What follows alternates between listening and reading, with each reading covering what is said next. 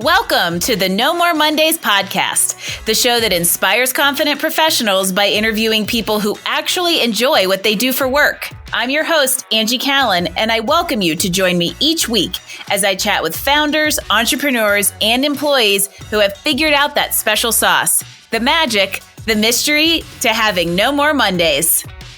Welcome to this episode of the No More Mondays podcast. I am so excited you decided to join us for this episode, Systematic Magic, Disney-fying customer service. If there is one brand in this world that stands out amongst the rest, it is usually Disney. And today we're going to learn from Vance Morris, who honed his perspective on business and his approach to customer service during his days working for this very global icon. Vance started his career as part of the opening team for Disney's Yacht and Beach Club Resort in Orlando before moving through the ranks in restaurant management, customer service, and resort leadership at some places you'll probably recognize.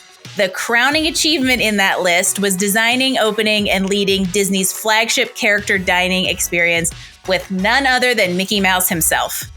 He channeled everything he learned during his time at Disney into consulting and entrepreneurial endeavors that have included everything from clients like Legal Seafoods, NASA, the President, and the Smithsonian to spawn the creation of Deliver Service Now, a consulting business aimed at helping clients build exceptional businesses through a focus on outstanding customer service.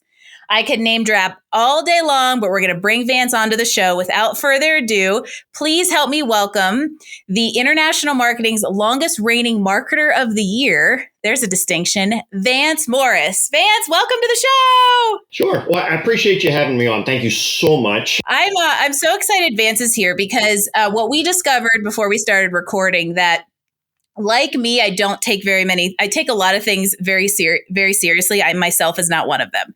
So I'm excited. We'll probably yuck it up a little bit as we give you some great golden gems about Vance's experience and takeaways from Disney and beyond.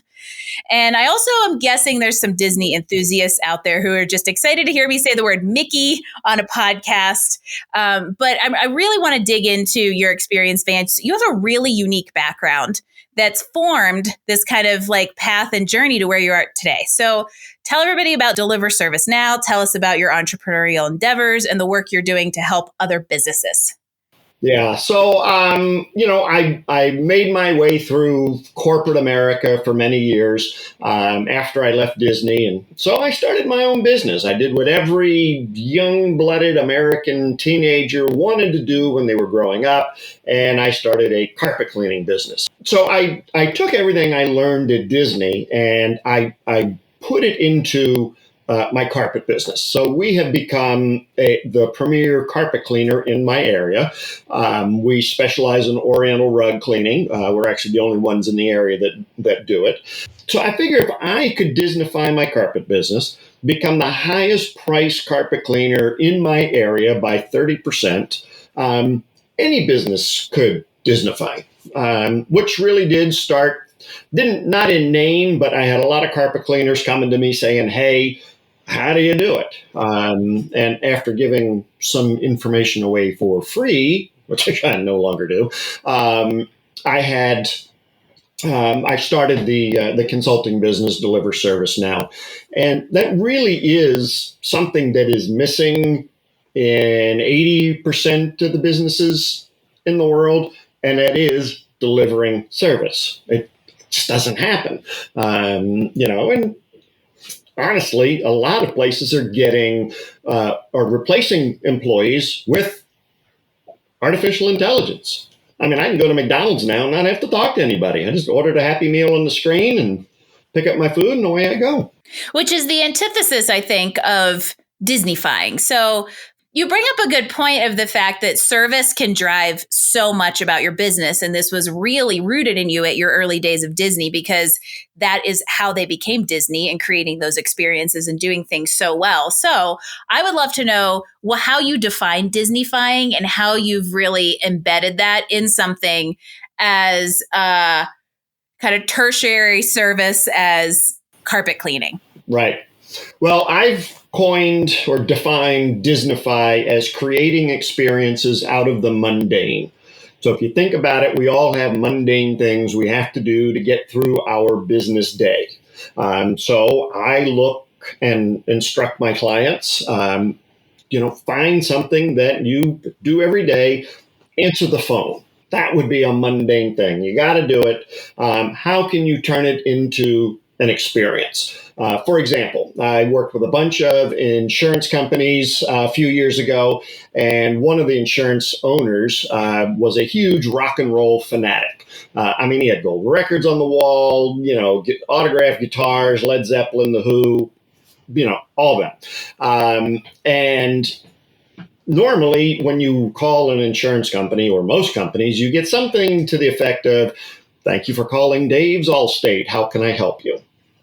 Well, nothing real exciting there. Certainly not an experience. So he has his team answer the phone. "Thank you for calling Dave's Allstate, the agency that rocks." I love it. Yeah. Well, if you remember, your marketing is designed to do two things. It's designed to attract the people you want to do business with and repel the people you don't want to do business with. And just by answering the phone that way, he was, people that thought, "Oh my God, I'm not going to talk to this guy." Great. They probably would not have made a good client anyway.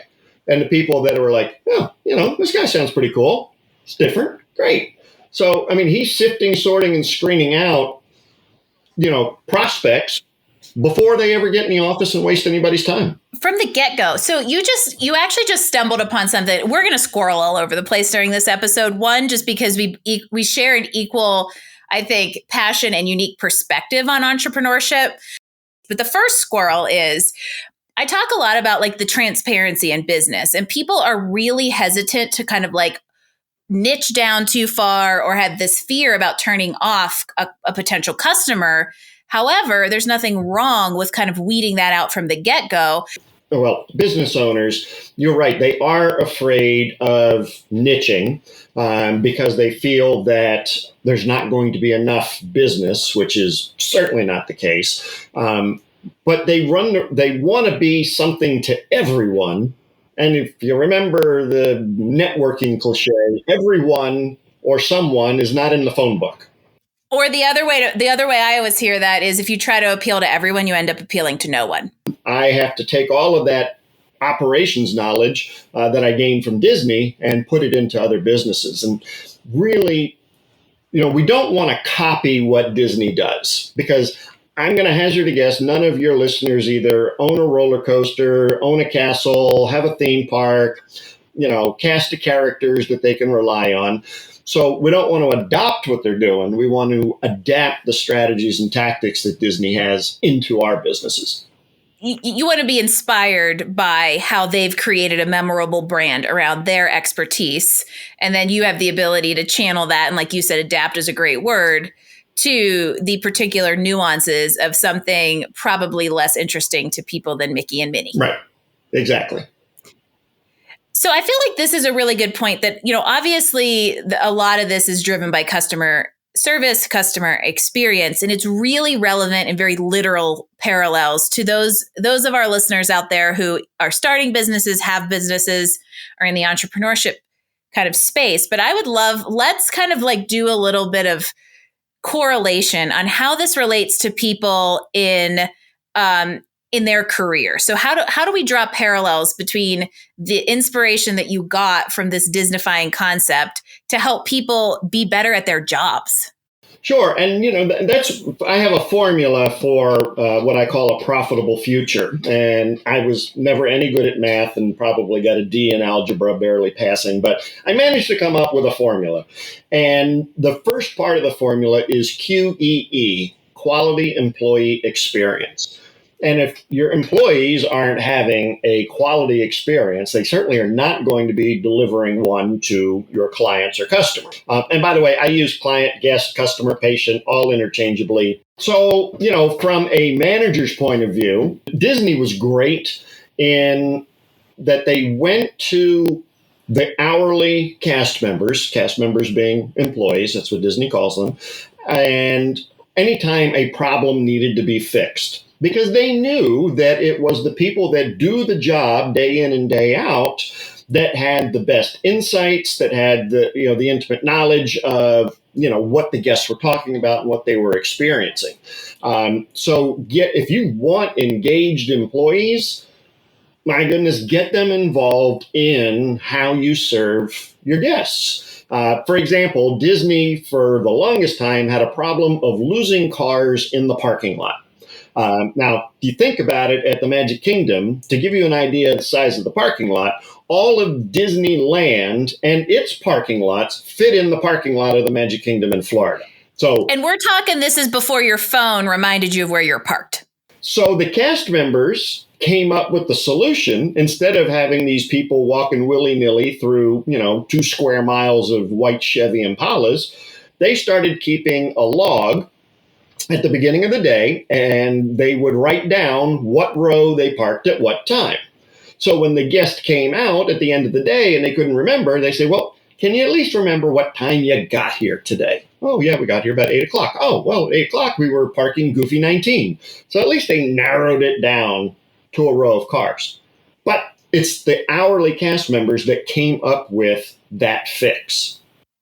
It's so amazing. I love when we get into like leadership and management conversations on No More Mondays, because here comes a mini squirrel. The whole reason I started Career Benders, which led to No More Mondays, was because I wanted to help people be in and create better work cultures. And that's exactly what this conversation kind of drills down into. And it's engaging your employees in what's happening and almost treating them as the customers. They're a stakeholder, treating them as customers and really feeding into them as the human capital that drives what you do in business.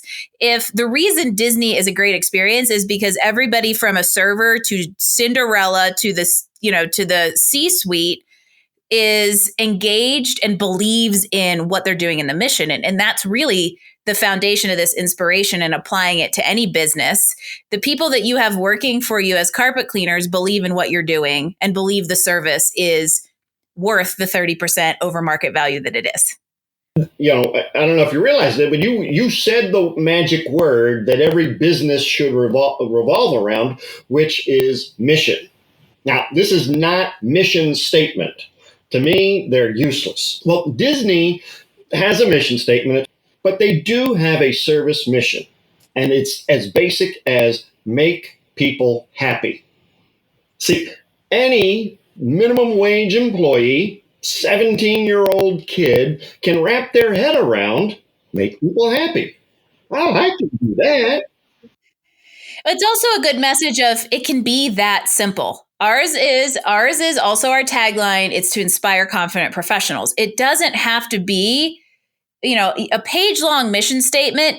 No one's ever going to read. They're certainly not going to buy into, and therefore they're never going to be on board with and represent at the core of your business. The thing with missions, though, is your mission has to be bigger than your job.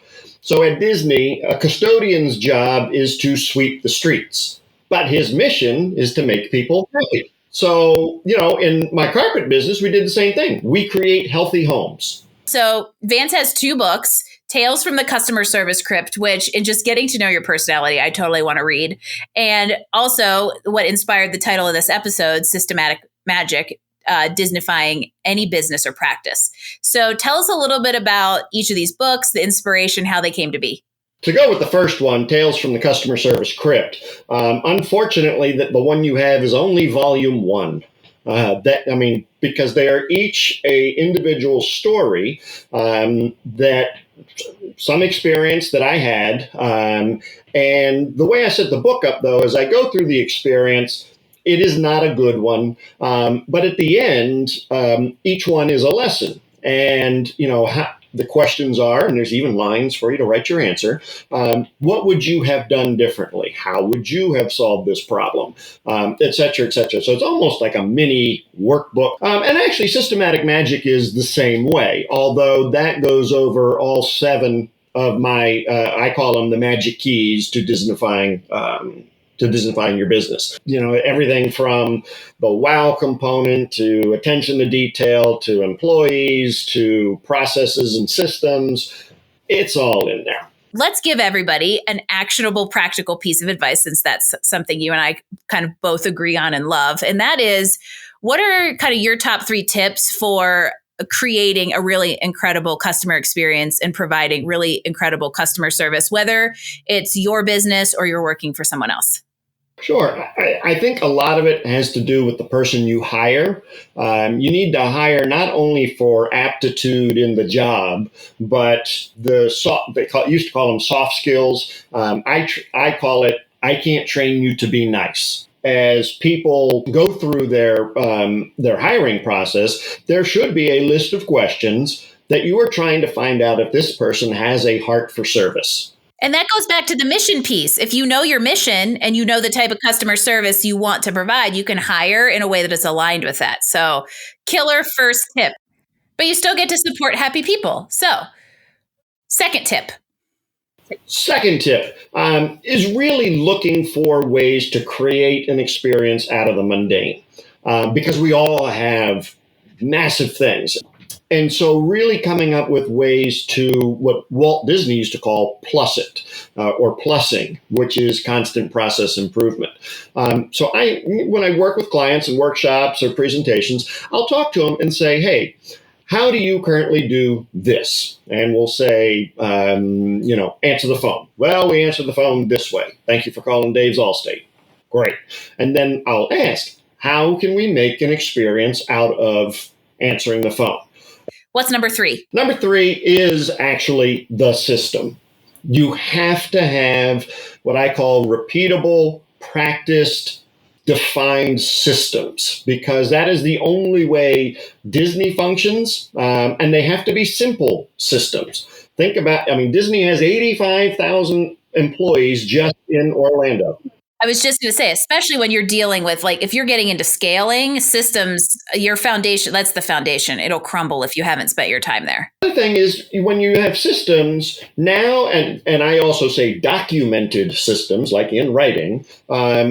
So this gives, managers a tool to measure employees' performance, because you're now comparing against a standard or a system versus just kind of pulling it out of the air and saying, well, you're not that good. Well, why not? Well, I don't know. And I feel like that's the case, whether it's one person, whether it's me and I'm a solopreneur, whether there's 3 of us, whether there's 30 people, all of that stuff is applicable, and you will be glad you did it at any stage of the game when you get into like growth or expansions or anything like that. So we're going to totally shift gears, because otherwise we're going to end up with like 12 customer service tips in a 3-hour episode of this podcast. And I'm excited to move into this kind of like, let's say who's Vance is the person, just because you've had so many interesting experiences and have such cool perspectives on things that I'm interested to learn a little bit more about you. So when you're not telling people how awesome carpet cleaning is and how healthy it makes their home, and you're not writing books, what are you up to? What rounds you out as a human? I'm happy to report that this is not patting myself on the back, but my definition of wealth is being able to come and go in my business as I please, and to spend as much time or as little time as necessary in it. So in that sense, I have made myself wealthy. That has allowed me to do things with my family that back when I was just a carpet cleaner, I would never dream of. Soccer practice, sure. If I'm not traveling, I'm the one taking the kids to soccer practice. I cook dinner 6-7 nights a week. I enjoy it. I stop working at about 3:30 if I have to go pick up the kids from school or go see a game. It's really family centered. One of my hobbies is I used to be a swimmer in high school and college, and so now I am a swim official for 3 or 4 different leagues here in Maryland, and I really enjoy it. It keeps me in a sport I like, gets me out of the house, and it's just fun. And I like the fact that you talk about your personal life is very family centered, and you've done the work to get yourself into a position and a lifestyle that really allows you the space and freedom. So one of the things that we do on No More Mondays is we play a little game of rapid fire. But first question of rapid fire is Star Trek or Star Wars? Star Wars. Favorite candy? Heath Bar. When you were a kid, what did you want to be when you grew up? Carpet cleaner. No, I'm just kidding. Rock and roll star. Give us a great book recommendation that is not Customer Service Tales from the Crypt or Systematic Magic. There's a customer born every minute. It's written by Joe Vitale, and it's about P.T. Barnum and how he built his businesses. Love it. So you're going to learn from Disney and circuses. No better way to provide a great customer experience. Tell me your favorite childhood TV show. I don't know that it was a show, but it was the commercials on the Saturday morning cartoons, like the I'm Just a Bill, going to Capitol Hill. I'm dating myself. I could say, we did watch a lot of Emergency, Squad 51. Everybody out there who only has streaming channels is like, what are commercials and what are Saturday morning cartoons? I love it. And you better give me a fun answer to what's your favorite ice cream flavor? Well, I make my own ice cream. So I'm going to say my mint chip ice cream. Okay, so I don't know if you can get it on the East Coast, but it might rival your own. I've mentioned it on the show before. Strauss Dairy has the most incredible mint chip you've ever had. They're a dairy out of California, so I don't know if it comes all the way east. And you get to give us your word for Monday. Supercalifragilisticexpialidocious. And now all I'm going to think about is Mary Poppins all day long. Tell us why that is your word for Monday. Because Mondays don't bother me. I love Mondays. It's a fresh start. I always start my week with my accountability and mastermind group, first day. It's just, Mondays are great. Tuesdays, I don't look forward to at all. Aren't you glad I didn't name this show No More Tuesdays? And we're going to start wrapping up, and I'm going to ask you for yet one more piece of advice. But before we do, I would love for you to just let everybody out there know how they can find you in this digital world. Sure. Best way is the website, which is deliverservicenow.com. There's some great tools and blueprints that you can download. They're free, that will help you start. And you can actually get my book for free. Just pay the shipping and handling. And you can do that at the same website, deliverservicenow.com. Perfect. We will link all of that, both books, the website, and the other recommendations in the show notes. So you can kind of have a direct line to Vance and all the amazing wisdom he has to offer. And we're going to ask for one more gold nugget before we say goodbye. Vance, what is your best piece of advice on what our listeners can do to get one step closer to a more enjoyable life and career? Certainly. Fail fast. Get it. You learn from it and move on. There's nothing worse than everybody says, oh, tenacity. I got to keep going. But if you're going in the wrong direction, why would you want to keep doing that? Just fail, get it done, switch directions. And I'll add to that, version 1 is better than version none. Take action. I sign off everything with, you won't profit unless you implement. And if you're not doing something, just listening to this podcast, as great as it's been, is not going to do anything for your business unless you take a piece of it and put it into action. Oh, that's such great advice. Well, and I think I'm going to actually bring those two pieces together and give it kind of like a collective little pearl of wisdom, in that if you aren't as afraid of failing, which you could look at, you never really fail to the point that you don't at least learn something. There's always a good takeaway, whatever cliche you want to attach to it, failing forward, success in a way you didn't expect, whatever it is. If you're less afraid to fail and you're willing to kind of fail fast or go through those learning experiences, you're more inclined to get out of the analysis paralysis and at least start with something, because you're not trying to make it just so perfect that you won't fail. Because even if it is perfect, you don't know it won't fail, and you'll never start. So that's a great way to bring this whole conversation home, Vance. This has been awesome. Even without the word Disney in here 9,000 times, this is an awesome conversation with so many takeaways for kind of all of our listeners out there. So I appreciate you joining me. Yeah, my pleasure. I had fun, and I appreciate that we were allowed to look at the squirrels. Hey, yeah. I mean, when you're with me, you just never know where that's going to go. So, Vance, thank you once again for being part of the show and joining the No More Mondays but not the No More Tuesdays movement. As always, we love hearing from people who are enjoying what they do for work and in life, and you are no exception. And it even comes with a little extra magic. For those of you out there listening, I would love for you to subscribe to the No More Mondays podcast wherever you get your podcasts. Drop us a 5-star rating because it is a huge help as we continue to inspire confident professionals with these amazing stories. If you'd like to leave us a comment, feedback, or drop a guest suggestion and pick up all the notes on Vance's episode, visit us online at nomoremondays.info. Thanks for listening to this episode of No More Mondays. We hoped you grabbed some great insights to help you improve your professional satisfaction. Please visit us at Apple iTunes and give us a rating so we can continue to offer you awesome interviews and content each week. No More Mondays. New episodes drop every Wednesday. No More Mondays is brought to you by Career Benders, Inc. in partnership with executive producer Jane Durkee. For more information about career coaching, resume writing, personal branding, recruiting, and entrepreneurship coaching services, visit our website at careerbenders.com. That's careerbenders, B as in boy, S as in Sam.com. This is your host, Angie Callen, signing off. Until next week when we chat with another inspired, confident professional.